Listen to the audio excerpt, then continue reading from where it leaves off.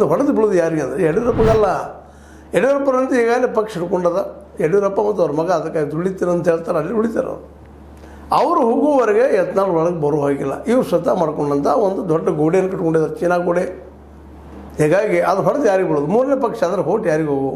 ಇಲ್ಲಿ ಹಿಂದೂ ಪಕ್ಷದ ನೆಲೆಗಟ್ಟಿನಲ್ಲ, ಇನ್ನೂರು ನೆಲೆಗಟ್ಟಿನಲ್ಲ, ನಮ್ಮ ಯತ್ನಾಳ್ಗೆ ಹೋಟು ಹೋಗ್ತಾವೆ, ಯತ್ನಾಳ್ ಪಕ್ಷಕ್ಕೆ ಹೋಟು ಹೋಗ್ತಾವೆ. ಅಲ್ಲಿ BJP ಹೋಟು ಹೊಡಿತಾವೆ, ಕಾಂಗ್ರೆಸ್ನ ಹೊಡಿದಿಲ್ಲ. ಇಲ್ಲೇ ಹೋಟು ಹೊಡಿವು ಯಾರು? BJP ಅವನ. ಹೀಗಾಗಿ 2028ರಲ್ಲಿ ಮರಳಿ BJP ಅಧಿಕಾರಕ್ಕೆ ಬರೋ ಸಾಧ್ಯತೆ ಇದೆನಾ? ಯಾಕಂದ್ರೆ ಈಗಾಗಲೇ ಸಾಕ್ಷಿ ಹೊಡೆದು ಬಿದ್ದಿದೆ ಈಗ BJPಗೆ. ಮತ್ತು ಕರ್ನಾಟಕ ಜನ ಏನಪ್ಪ ಅಂತಂದ್ರೆ ವಿಶೇಷವಾಗಿ ತಿಳುವಳಿಕೆ ಇದ್ದಂಥವ್ರು, ಅದರಲ್ಲೂ ಈ ಒಂದು ಅತೀವಾದ ಹಿಂದುತ್ವವಾದಕ್ಕೆ ಅಷ್ಟೊಂದು ಸ್ಪಂದಿಸೋರಲ್ಲ, ವಿಚಾರವಾದಿಗಳು ಸಾಕಷ್ಟಿದ್ದಾರೆ. ಹೀಗಾಗಿ ಕರ್ನಾಟಕದಲ್ಲೇ ಈಗಿದ್ದಂಥ ಸ್ಥಾನ ಸಹಿತ ಇನ್ನೂ ಕಡಿಮೆ ಹೋಗ್ತದೇನೋ ಅನ್ನುವಂಥ ಭಯಾನ ಶುರುವಾಗಿದೆ BJP ಅವ್ರಿಗಿಂತ ವಿಜೇಂದ್ರ ಬಿಟ್ಟುಕೊಳ್ಳಿಕ್ಕೆ ಆಗ್ತಾಯಿಲ್ಲ. ಈಗಂತೂ ಇವ್ರು ಬಿಟ್ಟುಕೊಟ್ಟಿದ್ದಾರೆ. ಯತ್ನಾಳರು ಹೊಸ ಪಕ್ಷ ಕಡ್ತನ ಶುರು ಮಾಡಿದ್ದಾರೆ. ನಾ ಎಲ್ಲ ಮಾಡಬಲ್ಲಪ್ಪ ಕೆಲಸಗಳಂತೇಳಿ, ಅದರಲ್ಲೂ ಉತ್ತರ ಕರ್ನಾಟಕದ ಪಕ್ಷ ಅನ್ನೋಂಗೆ ಮಾತಾಡ್ತಾ ಇದ್ದಾರೆ. ಕೃಷ್ಣಾ ನದಿಗಾಗಿ ಎಷ್ಟು ಖರ್ಚಾಯ್ತು, ಎಷ್ಟು ಲಕ್ಷ ಕೋಟಿಗಳು ಖರ್ಚಾಯ್ತು, ಏನಾದ್ರು ಇಲ್ಲಿವರೆಗೆ ಇನ್ನೂ ಆಗಿಲ್ಲ ಕೆಲಸ.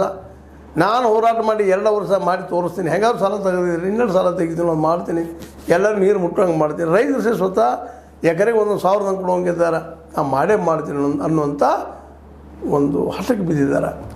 ವಿಷಯಗಳನ್ನ ಸಂಗ್ರಹ ಮಾಡ್ಕೊಳ್ತಾ ಇದ್ದಾರೆ. ಏನು ಬೇಕಾಗಿದೆಪ್ಪ ಈ ನಾಡಿಗೆ? ಉತ್ತರ ಕರ್ನಾಟಕದಿಂದ ಬಂದರೆ ನಮ್ಗೆ ಇನ್ನೂ ಅಷ್ಟು ಸೀಟ್ ಬರ್ಬೋದು ಅನ್ನುವಂಥದ್ದು, ಉತ್ತರ ಕರ್ನಾಟಕದಲ್ಲಿ ಪವರ್ಫುಲ್ಲಾಗಿ ಬೆಳಿಬೇಕನ್ನುವಂಥದ್ದು ಇವೆಲ್ಲ ನಡೆಸಿದಾರ. ಹೀಗಾಗಿ ಇವೆಲ್ಲ ಯಾರಿಗೆ ಪೆಟ್ಟು ಬೀಳ್ತಾವಪ್ಪ ಅಂತಂದ್ರೆ ಕಾಂಗ್ರೆಸ್ಗಲ್ಲ, BJP. ಯಾಕಂದರೆ ಮುಖ್ಯವಾಗಿ ಹಿಡ್ಕೊಂಡದ್ದು ಹಿಂದೂ ಹುಲಿ ಇದ್ದಾರೋ ಮತ್ತೇನಿದ್ದಾರೋ ನಮಗೆ ಗೊತ್ತಿಲ್ಲ. ಬಟ್ ಇವರು ಹಿಂದುತ್ವವಾದ ಹಿಡ್ಕೊಂಡು ಹೊರಟಿದ್ದಾರೆ. ಹೀಗಾಗಿ ಹಿಂದುತ್ವದ ಹೊಡೆದು ಮಾತ್ರ BJPಗೆ ಬೀಳೋದ್ರಲ್ಲಿ 2 ಮಾತಿಲ್ಲ. ಅಂದರೆ ಮುಂದೇನಪ್ಪ ಅಂತಂದ್ರೆ ಇನ್ನು BJP ಡಿಸಿಷನ್ ತೊಗೊಳ್ಳೋವಂಥದ್ದು ಅಂತ, ಯಾವ ರೀತಿ ತೊಗೊಳ್ಬೋದು, ಏನು ಮಾಡ್ಬೋದು ಮುಂದಿನ ದಿನದಲ್ಲೇ ಅನ್ನೋದು ಇವತ್ತು ದೊಡ್ಡ ಚರ್ಚೆ ನಡೀತಾ ಇದೆ. ಆದರೆ ಪರಿಶೀಲನೆ ಮಾಡುವಂಥ ಒಂದು ಏನು ಬೆಡ್ಕೊಂಡಿದ್ರು, ಒಂದು ಇವತ್ತು ಕೇಳ್ಕೊಂಡಿದ್ರು ನಮ್ಮ ಒಂದು 7 ಜನ ಈ ಒಂದು ಯಡಿಯೂರಪ್ಪ ವಿರೋಧಿ ಬಣ, ಅವರು ಈ ಪರಿಶೀಲನೆ ಸರ್ಕಾರದಿಂದ ಅಥವಾ